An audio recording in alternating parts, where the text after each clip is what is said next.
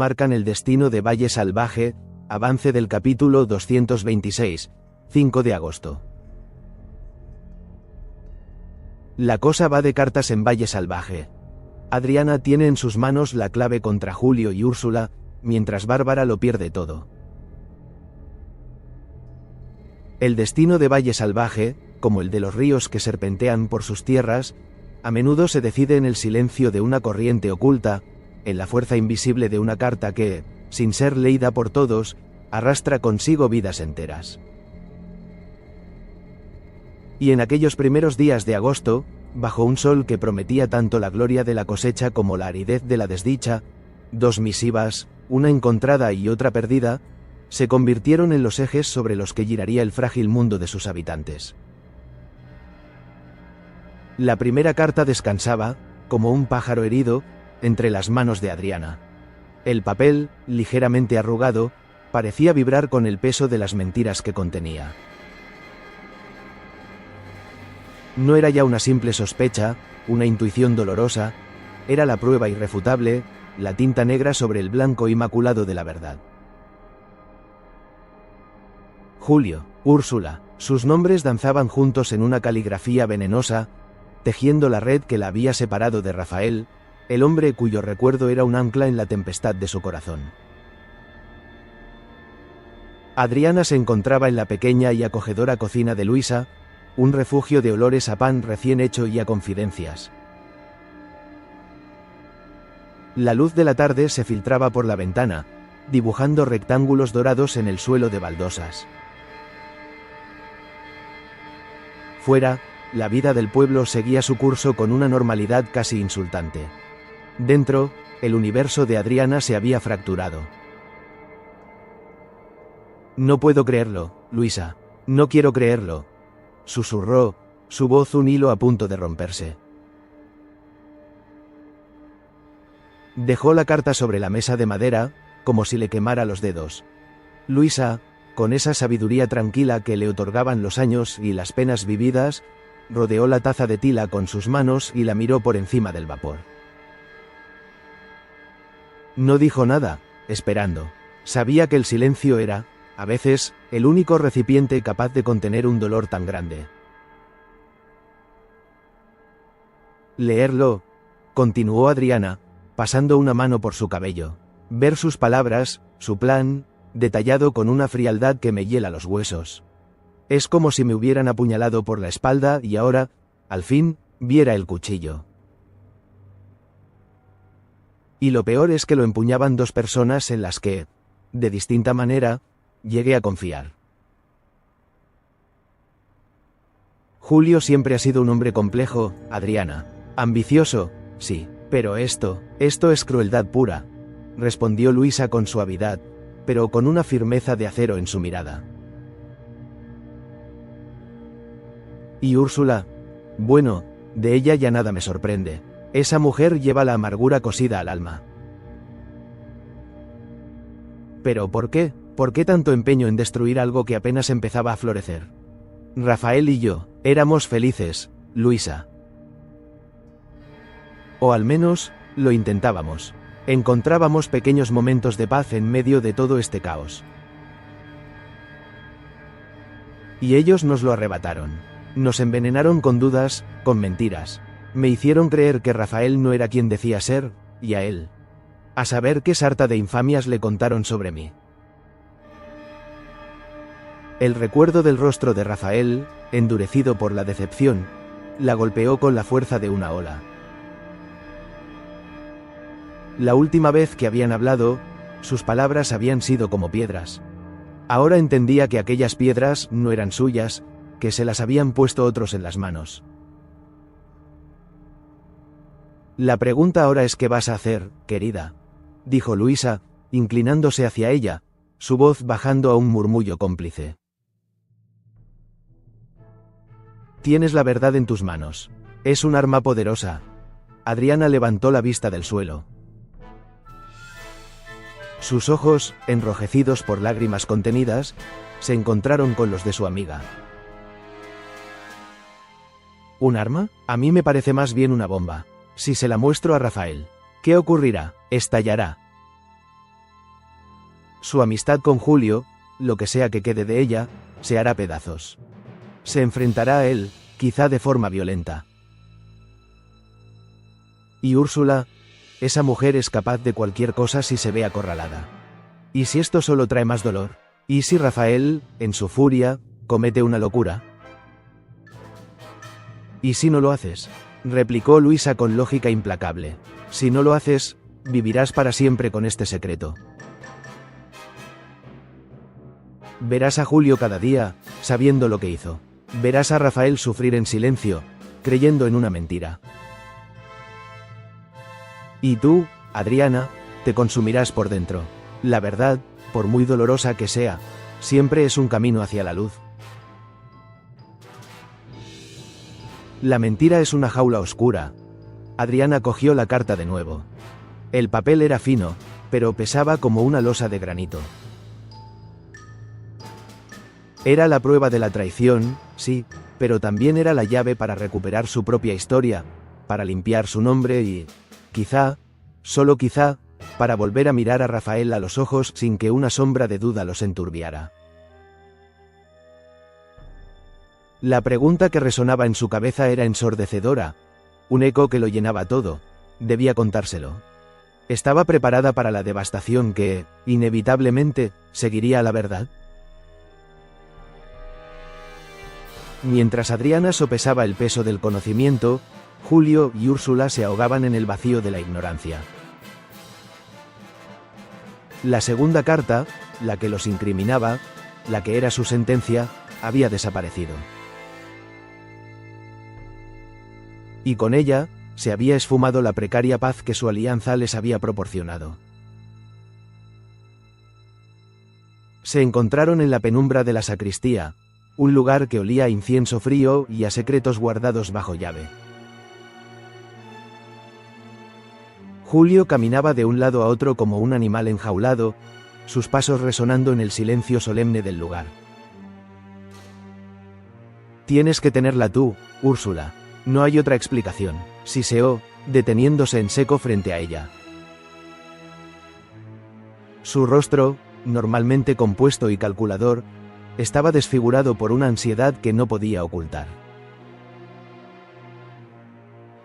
Úrsula lo miró con un desdén gélido, aunque una chispa de pánico brillaba en el fondo de sus ojos oscuros.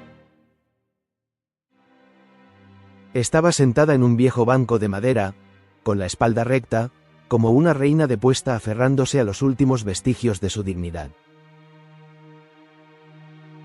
Te repito, por última vez, que yo no tengo esa estúpida carta, dijo, su voz cortante como un cristal roto. ¿Por qué iba a robar algo que me perjudica tanto como a ti? Usa esa cabeza tuya para algo más que para peinarte esos rizos tan engreídos que tienes. No juegues conmigo. Julio se acercó, apoyando las manos en el respaldo del banco, invadiendo su espacio personal. El perfume caro de ella se mezcló con el olor a miedo que ambos desprendían. Sabías que era un cabo suelto. Quizá pensaste que podrías usarla contra mí en el futuro, guardarla como una garantía. Mi garantía eres tú, querido Julio, replicó ella con una sonrisa torcida que no llegó a sus ojos. Mi garantía es que si yo caigo, tú caes conmigo. Estamos atados por el mismo lodo. No necesito un trozo de papel para recordártelo. Registré mis cosas. No está. Pensé que la tenías tú, que habías decidido ser previsor. Julio se apartó, pasándose una mano por la cara. El sudor frío le perlaba la frente. Yo no la tengo. La dejé donde acordamos, en el doble fondo del cajón de mi escritorio. Ayer fui a comprobarlo y no estaba. Se ha esfumado. Un silencio denso cayó entre ellos. La enormidad de la situación comenzó a sentarse. Si ninguno de los dos la tenía, solo quedaba una posibilidad, una tan aterradora que apenas se atrevían a verbalizarla. ¿Quién más sabía dónde estaba?, preguntó Úrsula, su fachada de frialdad empezando a agrietarse. Nadie, absolutamente nadie. Piensa, Julio, piensa. ¿Alguien te ha visto actuar de forma extraña cerca del escritorio? ¿Alguien que no debería haber estado en tu despacho? Julio rebuscó en su memoria, sus pensamientos una maraña de rostros y momentos. La doncella que limpiaba, algún jornalero que entró a pedir un adelanto. No. Nada, nadie, pero entonces, una imagen fugaz le vino a la mente. Adriana, hacía unos días, había entrado en su despacho buscando unos documentos. Él estaba allí, pero por un momento la dejó sola. ¿Podría ser? No, era imposible. ¿Cómo iba a saber ella dónde buscar? A menos que... Adriana, murmuró, la palabra saliendo de sus labios como un veneno. Úrsula lo miró fijamente. ¿Adriana? ¿Qué pasa con ella? Estuvo en mi despacho. La dejé sola un instante.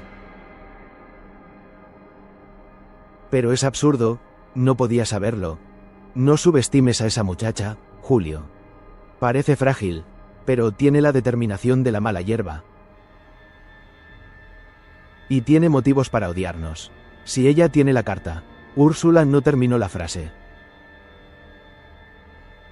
No hacía falta. La imagen de Adriana entregándole la prueba a Rafael era un espectro que los helaba a ambos. Si ella la tiene, continuó Julio, su voz apenas un susurro cargado de pavor, ya debe de saberlo todo. Y si ella lo sabe, es solo cuestión de tiempo que Rafael lo sepa. El nerviosismo se convirtió en pánico abierto. Ya no eran los conspiradores en control, sino las presas esperando el golpe del cazador. Cada sombra en Valle Salvaje parecía ocultar una amenaza, cada susurro del viento parecía llevar su nombre. La pregunta que los atormentaba era un grito en sus mentes. ¿Quién tiene la carta? Y, sobre todo, ¿cuándo caerá el hacha?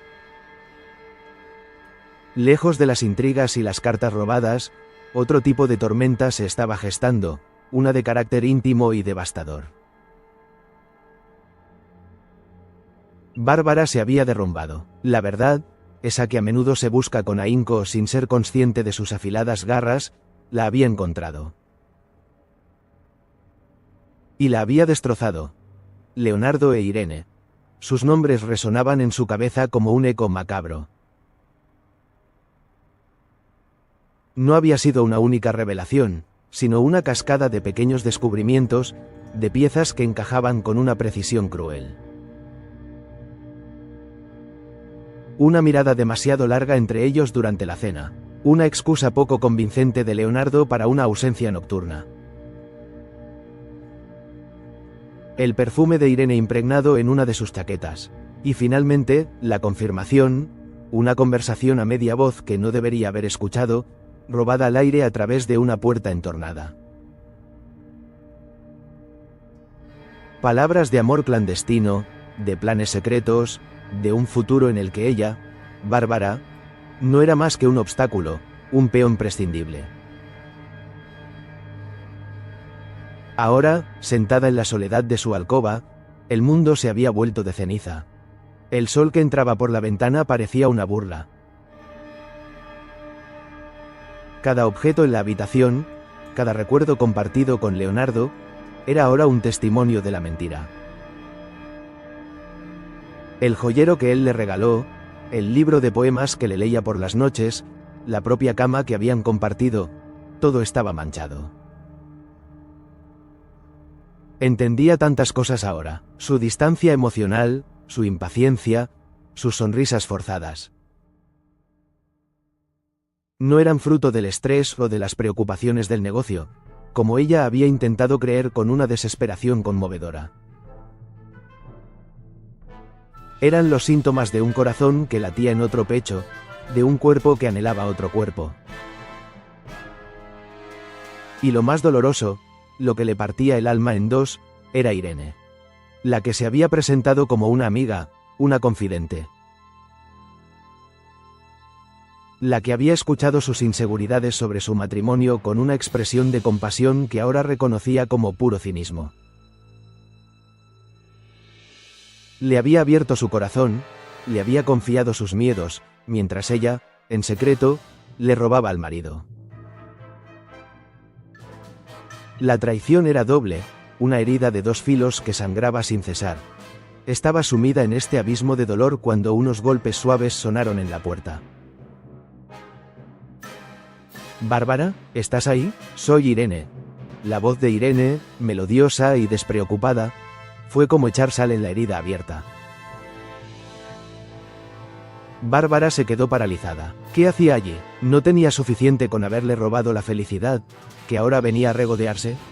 Un impulso primario de gritarle, de arrancarle esa máscara de inocencia a arañazos, la sacudió. Pero se contuvo. Una parte de ella, una parte fría y herida, quería ver hasta dónde llegaba su descaro. Se recompuso como pudo, secándose una lágrima furtiva y respirando hondo. «Adelante», dijo, su voz sorprendentemente firme. Irene entró con una sonrisa radiante, ajena o fingiendo ser ajena a la atmósfera fúnebre de la habitación. Llevaba un vestido ligero de verano y un sombrero de paja en la mano. «¡Qué día tan espléndido hace!», exclamó con alegría. «He pensado que podríamos dar un paseo por la ribera del río. El aire fresco te sentará bien. Últimamente te he notado algo decaída». Bárbara la miró.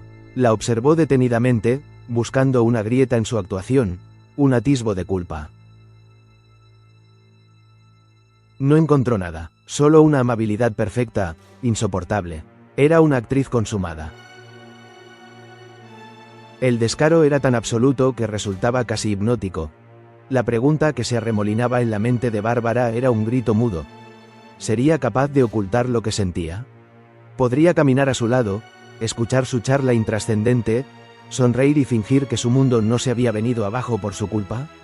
El odio y el dolor luchaban en su interior, una batalla campal que amenazaba con desbordarse. «Un paseo», repitió Bárbara lentamente, saboreando las palabras como si fueran veneno. «Claro, ¿por qué no? Me encantará». Una sonrisa gélida se dibujó en sus labios. Si Irene quería jugar, ella aprendería las reglas.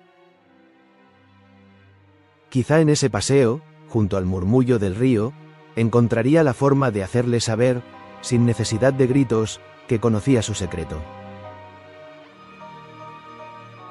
Que el juego había terminado. La transformación de Leonardo era palpable. Desde la llegada de su madre, Amanda, una mujer de una elegancia imponente y una voluntad de hierro, parecía haber recuperado una seguridad que había perdido. O quizá, simplemente, había encontrado un nuevo escudo. Amanda no era una simple visitante, era una fuerza de la naturaleza que reordenaba todo a su paso, y su hijo parecía florecer bajo su influencia, o al menos, actuar con una audacia renovada. Este nuevo Leonardo, envalentonado y extrañamente desconectado de la realidad emocional de su hogar, también intentó acercarse a Bárbara. La encontró en el jardín, donde ella había huido tras su encuentro con Irene, necesitada de aire. «Cariño», dijo, su tono una mezcla de condescendencia y un afecto que sonaba hueco. «Mi madre ha sugerido algo maravilloso. Dice que hace mucho que no pasamos tiempo de calidad los tres juntos. Ha propuesto que mañana hagamos una pequeña excursión al mirador y que nos preparemos una cesta de merienda». Como en los viejos tiempos, Bárbara se giró para mirarlo. Allí estaba él, su marido, el hombre que compartía su vida con otra, proponiéndole una idílica excursión familiar con su madre como carabina. La situación era tan surrealista, tan grotescamente absurda, que por un momento pensó que se había vuelto loca. ¿Acaso no veían nada? ¿O es que su engaño los había vuelto ciegos y sordos a todo lo que no fuera su propio deseo? La mención de Amanda añadió una nueva capa de complejidad. La madre de Leonardo era una mujer astuta, observadora. Sus ojos, de un azul penetrante, parecían capaces de leer el alma. Mantener la compostura delante de Leonardo e Irene ya era un desafío hercúleo. Pero hacerlo también bajo la mirada escrutadora de Amanda, sería como caminar por la cuerda floja sobre un volcán. ¿Una salida, los tres?, preguntó Bárbara, su voz cuidadosamente neutra. Cada palabra era un esfuerzo titánico por no gritar. Sí, ¿no te parece una idea encantadora?, respondió Leonardo, con una sonrisa que Bárbara ahora solo podía interpretar como la de un idiota o la de un monstruo. ¿Podría hacerlo? Podría sentarse en un mantel de cuadros, comer sándwiches y sonreír mientras su corazón se hacía añicos. Podría soportar las miradas cómplices entre su marido y su amante, todo bajo la supervisión de la matriarca que, sin duda, estaba del lado de su hijo. La propuesta no era una rama de olivo, era una prueba de resistencia, una tortura psicológica diseñada, consciente o inconscientemente, para humillarla. Y mientras miraba el rostro sonriente de su marido, Bárbara tomó una decisión. Aceptaría. Aceptaría y observaría. Acumularía pruebas, no de su aventura, que ya conocía, sino de su crueldad. Y esperaría el momento perfecto para devolverles el golpe. Mientras tanto, en la casa principal, la ansiedad de Victoria por su inminente boda había alcanzado niveles estratosféricos. Cada detalle era una fuente potencial de catástrofe, cada decisión una espina en su camino hacia el altar. La última noticia la había puesto al borde de un ataque de nervios. Eva y Amadeo.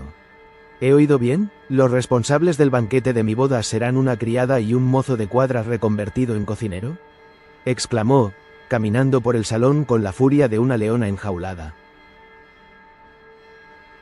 Su prometido, José Luis, la observaba con una expresión de cansancio. Isabel, siempre la voz de la razón, intentó calmarla. Victoria, por favor, he probado personalmente cada plato. La comida es exquisita. Amadeo tiene un don, de verdad, y Eva es la persona más organizada que conozco. Será un éxito. Un éxito del desastre, replicó Victoria, sin dejarse convencer. ¿Te imaginas el ridículo? La boda de Victoria de la Vega, servida por el personal de servicio. Seré el hazmerreír de toda la comarca. Esto es un sabotaje, estoy segura. Pero su furia por el banquete era solo la punta del iceberg de sus preocupaciones. La conversación con Amanda, la madre de Leonardo, la había dejado profundamente inquieta. Había sido una charla breve, llena de insinuaciones veladas y sonrisas enigmáticas. Amanda le había deslizado, como quien no quiere la cosa, que había tenido una interesante conversación con Mercedes, la esposa de Bernardo, uno de los padrinos y figuras clave de la boda. La forma en que lo dijo, el brillo en sus ojos, le sugirió a Victoria que algo no iba bien. Cree que Mercedes y Bernardo podrían no venir. Le confió a José Luis más tarde, su voz un susurro de pánico. Amanda lo ha insinuado. Dijo algo sobre compromisos ineludibles y lealtades familiares. Sería un escándalo monumental, una afrenta pública. La posibilidad de que sus padrinos la plantasen en el altar era una humillación que no podía soportar. Se volvió hacia su prometido, con ojos suplicantes y a la vez autoritarios. José Luis, tienes que hacer algo. Habla con Bernardo, convéncelo, ofrece lo que sea necesario, no me importa. Pero tienen que estar en esa iglesia. Más tarde, armada de valor, intentó sonsacar a la propia Amanda. La encontró en la biblioteca, leyendo. Amanda, querida, no he podido dejar de pensar en lo que me dijiste sobre Mercedes. Estoy algo preocupada, ¿sabes? Comenzó Victoria, intentando sonar casual. Amanda levantó la vista de su libro, sus ojos azules fijos en Victoria con una intensidad que la desarmó. Una sonrisa delgada y fría se dibujó en sus labios. Victoria, lo que yo hablo con mis amigas es estrictamente confidencial. Y Mercedes es una muy buena amiga. Te sugiero que dejes de preocuparte por conversaciones ajenas y te centres en los arreglos de tu boda. Siempre que el menú esté a la altura, claro. La respuesta fue un portazo en toda regla, una demostración de poder que dejó a Victoria sin palabras y con el corazón palpitando de rabia y miedo. Amanda no era solo la madre de Leonardo, era una jugadora experta, y acababa de mover una pieza en un tablero que Victoria ni siquiera sabía que existía. Y mientras la tensión crecía en todos los frentes, mientras nadie lo sospechaba, un acto de aparente normalidad estaba a punto de cambiarlo todo. José Luis, agobiado por las presiones de Victoria y sus propios planes ocultos, se reunió discretamente con Atanasio, el falso Galeno, un hombre con más secretos que remedios en su maletín. Aquí tienes los documentos que te pedí que revisaras, dijo José Luis, entregándole una pesada carpeta de cuero. Son escrituras, títulos de propiedad, cuentas. Necesito que hagas un inventario completo y discreto de todos mis bienes. Nadie debe saber de esto. Atanasio asintió, sus ojos pequeños y astutos brillando con codicia. Descuide, don José Luis. Su secreto está a salvo conmigo. Esa noche, a la luz de un candil, Atanasio se dispuso a trabajar. El olor a papel viejo y tinta llenaba su modesta habitación. Revisaba los documentos con una eficiencia metódica, un contable de la sombra. Listas de propiedades, balances de cuentas, todo parecía en orden. Aburrido, incluso. Pero entonces, entre las páginas de una vieja escritura de tierras, un papel doblado y de un color distinto llamó su atención. No era un documento legal. Era una carta personal, olvidada allí durante años. Con dedos temblorosos, Atanasio la desdobló. La caligrafía era elegante, pero denotaba prisa. Empezó a leer, y a medida que sus ojos recorrían las líneas, su expresión cambió. La indiferencia dio paso a la sorpresa al asombro, y el asombro a una comprensión electrizante. Se reclinó en su silla, con el corazón martilleándole en el pecho. La carta que sostenía en sus manos. Aquello que revelaba, no era solo un secreto familiar. Era una bomba de relojería que llevaba décadas esperando. Lo que el falso Galeno había descubierto entre esos papeles no solo podía cambiar su propia fortuna, podía demoler los cimientos sobre los que se asentaba todo Valle Salvaje. La tarde caía sobre el valle, tiñendo el cielo de naranjas y púrpuras. El peso de la carta y de la conversación con Luisa había llevado a Adriana a un punto de no retorno. El miedo seguía ahí, un nudo frío en su estómago, pero ahora estaba mezclado con una nueva emoción, la ira. Una ira justa y clara. Le habían robado, no solo a Rafael, sino también su propia paz, su propia verdad. Y no podía seguir siendo cómplice de esa mentira con su silencio. Buscó a Rafael. Sabía dónde encontrarlo a esa hora. En los establos, cuidando de su caballo, su único confidente en los últimos tiempos. El olor a heno y a cuero la envolvió al entrar. La luz del atardecer se filtraba por las rendijas de la madera, creando largas franjas doradas en el aire lleno de polvo flotante. Rafael estaba de espaldas a ella, cepillando el lomo del animal con movimientos lentos y rítmicos. Había una tristeza en sus hombros, una soledad que a Adriana le dolió en el alma. Rafael, dijo suavemente, para no asustarlo. Él se giró. Al verla, su expresión se endureció. La herida entre ellos seguía abierta, purulenta. Adriana. ¿Qué quieres? Necesito hablar contigo. Es importante. Creo que ya nos lo hemos dicho todo, respondió él, su voz teñida de un amargo resentimiento. Volvió a darle la espalda, reanudando su tarea. No nos hemos dicho nada. O peor, nos hemos dicho mentiras que otros pusieron en nuestras bocas, insistió ella, acercándose.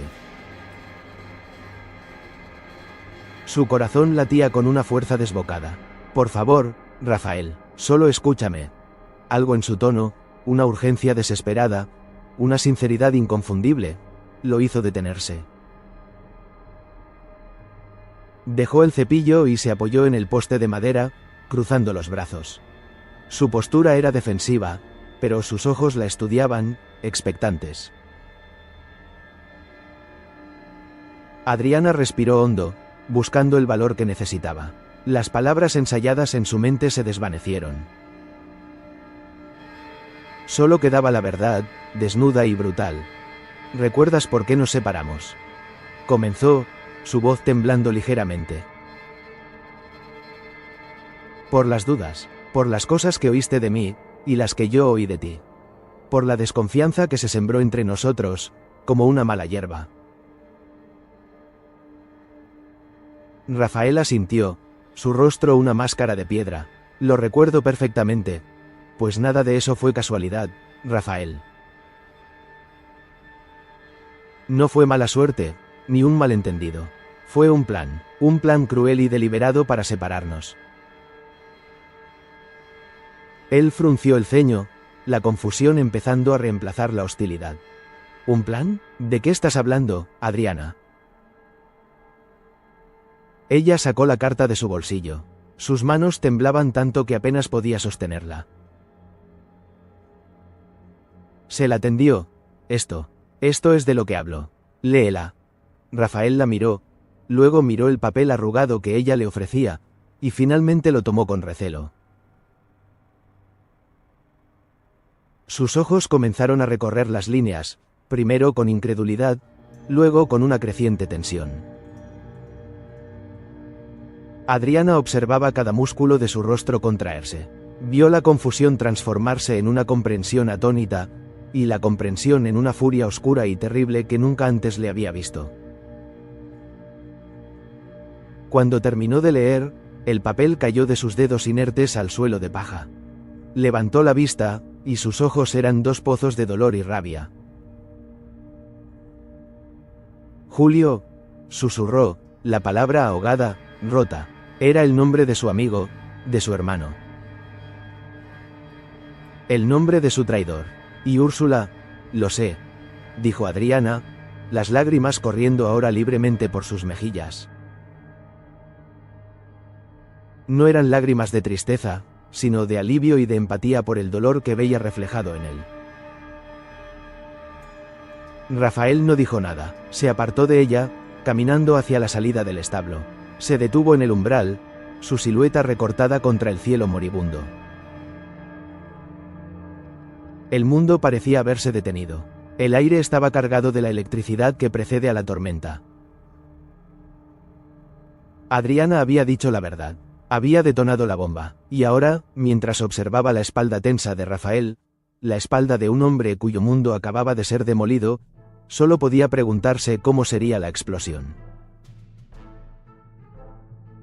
¿Qué haría él con esa rabia? ¿Buscaría venganza? ¿Y qué sería de todos ellos, de todo Valle Salvaje, cuando la onda expansiva de esa traición finalmente los alcanzara a todos? La noche caía, prometiendo no traer descanso, sino un nuevo capítulo de oscuridad y confrontación.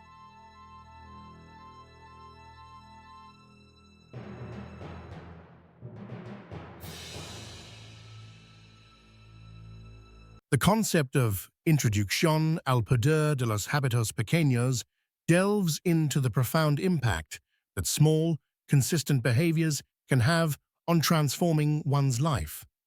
Rather than focusing on drastic changes, this idea emphasizes the cumulative power of minor habits, illustrating how these incremental adjustments can lead to significant improvements over time.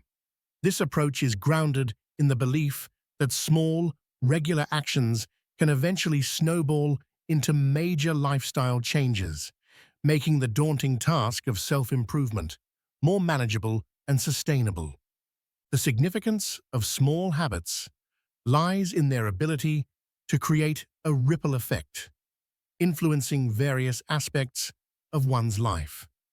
By focusing on manageable changes, individuals are less likely to feel overwhelmed, increasing their likelihood of maintaining these habits long-term. As part of the broader topic of personal development and motivation, espoused by figures like Jim Rohn, these habits form the foundation upon which larger goals can be achieved. They serve as the stepping stones that facilitate progress in various life domains, including health, career, and personal relationships. A practical example of a small habit with significant impact could be dedicating a few minutes each morning to mindfulness or meditation. This practice can enhance mental clarity, reduce stress, and improve overall well-being. Another example is committing to reading a few pages of a book every day. Over time, this minor habit can considerably broaden one's knowledge base, enhance critical thinking skills, and stimulate personal growth. Support for the power of small habits can be found in various psychological and behavioral studies, which demonstrate how consistent small actions can lead to behavior modification and habit formation. Proponents argue that these habits are practical, accessible, and effective pathways to achieving long-term change without the need for extensive willpower or radical lifestyle alterations. However, there are potential challenges and controversies associated with this concept. Critics might argue that focusing on small habits could lead to complacency, where individuals become satisfied with minimal progress and neglect larger, more impactful goals. Additionally, measuring the incremental progress of small habits can sometimes be difficult, leading to potential discouragement. This point connects deeply with the broader theme of personal development and motivation. By adopting small habits, individuals can cultivate a sense of discipline and confidence, forming a solid groundwork for tackling more ambitious goals. In this way, the power of small habits not only enhances one's life, but also empowers further growth across various areas, reinforcing the overarching narrative of lasting, positive change. Comprendiendo el impacto de los hábitos en la vida diaria, se refiere a la capacidad de reconocer y valorar cómo las acciones repetitivas y cotidianas, conocidas como hábitos, afectan nuestras vidas en su totalidad. Estos hábitos, aunque puedan parecer pequeños e insignificantes, tienen un efecto acumulativo significativo a lo largo del tiempo, moldeando nuestras rutinas, nuestra salud, nuestras relaciones y nuestros logros personales y profesionales. La importancia de comprender el impacto de los hábitos radica en su enorme potencial transformador. Al identificar hábitos positivos, las personas pueden reforzarlos para mejorar su bienestar general. Por el contrario, al ser conscientes de hábitos perjudiciales, uno puede tomar medidas estratégicas para cambiarlos o eliminarlos, abriendo el camino hacia una vida más satisfactoria y exitosa.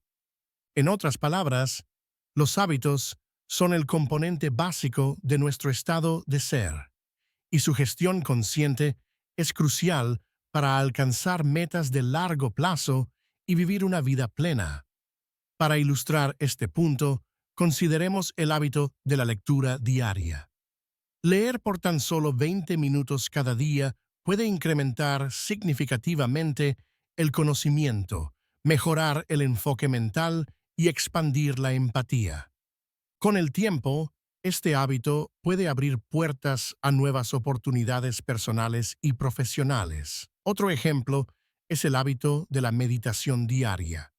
Practicar la meditación regularmente ha demostrado reducir el estrés, mejorar la atención y aumentar el bienestar emocional. En ambos ejemplos, mínimos compromisos de tiempo y esfuerzo pueden llevar a resultados sorprendentes cuando se practican persistentemente. El reconocido orador y motivador Jim Rohn subraya que es en nuestros hábitos donde encontramos el proceso real de cambio. Concuerda con la idea de que el éxito no es un gran avance, sino la suma de esfuerzos diarios, lo que promueve la percepción de que el cambio significativo está al alcance de todos. Sin embargo, abordar el impacto de los hábitos también puede conllevar desafíos. Cambiar hábitos profundamente arraigados no es fácil y puede encontrar resistencia interna. Además, algunas perspectivas sostienen que el contexto socioeconómico y cultural puede limitar la capacidad de adoptar hábitos positivos, sugiriendo que no es solo una cuestión de elección personal. Finalmente, comprender el impacto de los hábitos está intrínsecamente relacionado con el tema de cómo los pequeños hábitos pueden cambiar vidas. Al reconocer su influencia diaria, nos damos cuenta de que estos pequeños actos son los bloques de construcción esenciales para una transformación a largo plazo. Esto implica un enfoque deliberado en nuestros comportamientos diarios para dirigir la vida en la dirección deseada. Constancia y rutina son conceptos fundamentales que pueden parecer sencillos, pero su impacto en la mejora personal y profesional es profundo. La constancia implica un compromiso persistente con una actividad o comportamiento, mientras que la rutina representa la estructura y la repetición de acciones específicas para alcanzar un objetivo. Estos dos elementos son pilares en el proceso de transformación personal, ya que facilitan el desarrollo de hábitos positivos y proporcionan una sensación de estabilidad y control en nuestra vida diaria. En relación con el tema de los 10 pequeños hábitos que cambiarán tu vida para siempre, según Jim Rohn, la constancia y la rutina son esenciales.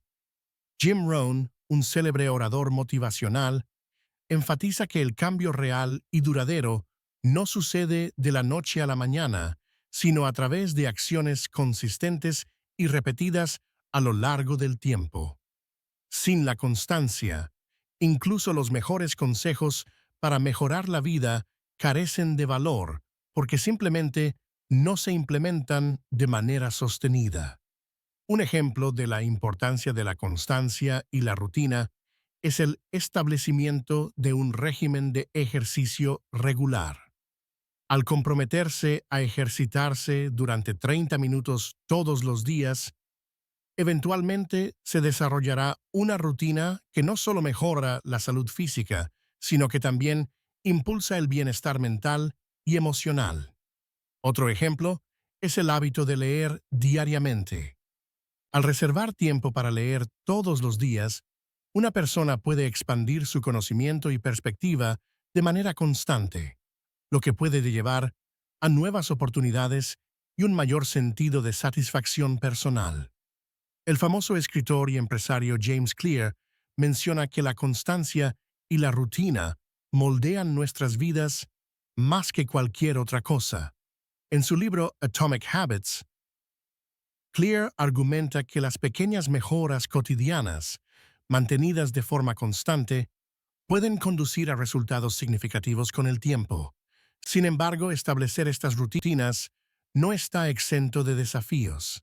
Muchas personas encuentran obstáculos en la falta de motivación inicial o en la distracción de otras tareas aparentemente más urgentes. Otra crítica es la rigidez. Algunas personas sienten que las rutinas pueden convertirse en monótonas, eliminando la creatividad y la espontaneidad de la vida. A pesar de estos desafíos, la constancia y la rutina están interrelacionadas con todos los hábitos potencialmente transformadores que una persona podría seguir. Son la base sobre la cual se construyen otros hábitos y al formar un simple hábito nuevo puede ser el catalizador para múltiples cambios positivos. Por lo tanto, dominar el arte de ser constante y mantener rutinas puede ser, de hecho, uno de los factores más influyentes en el cambio de vida duradero. Pequeños cambios, grandes resultados, ejemplos prácticos. Introduces the compelling idea that modest everyday adjustments can lead to substantial and transformative outcomes in life. This concept is foundational within the broader framework of personal development and self-improvement, closely aligning with Jim Rohn's motivational philosophy. Rohn often highlighted how simple, consistent habits accumulate over time to produce significant results. The core of this idea lies in the power of compound interest. When applied to habits, even minor positive changes magnify as they dovetail with each other, creating an exponential impact over time. The significance of this point within the topic of 10 pequeños hábitos que cambiarán tu vida para siempre is profound. It underscores that life-altering change does not necessarily require drastic measures, but can be achieved through the continual application of small, deliberate actions. This approach makes personal growth accessible and less intimidating, encouraging individuals to start their journey without the pressure of massive initiatives. Consider the examples of adopting a daily gratitude practice or committing to read just 10 pages of a book each day. These tasks seem trivial in isolation, yet they wield transformative power when practiced regularly. Expressing gratitude daily can enhance overall life satisfaction and mental health, cultivating a more positive outlook over time. Similarly, reading regularly compounds knowledge and fosters continuous learning and self-improvement, potentially opening new doors of opportunity. Support for this idea is widespread among personal development experts who emphasize consistency as a key to success. James Clear, in his book Atomic Habits, echoes this sentiment by suggesting that breaking down goals into small, manageable tasks leads to lasting changes. However, challenges to this perspective exist. One potential controversy is the time it takes for these incremental improvements to manifest noticeable results, causing some individuals to lose motivation. Critics might argue that small changes may not be sufficient in scenarios requiring immediate or drastic intervention. Additionally, there is a risk of becoming complacent by focusing on only minor adjustments without tackling larger underlying issues. Despite these challenges, Pequeños Cambios, Grandes Resultados acts as a catalyst that influences other aspects of personal development. By illustrating the power of small habits, it encourages a mindset of continuous improvement and resilience. This principle lays the groundwork for achieving larger goals and sustaining long-term success, seamlessly intertwining with the broader discourse on creating a meaningful and fulfilled life.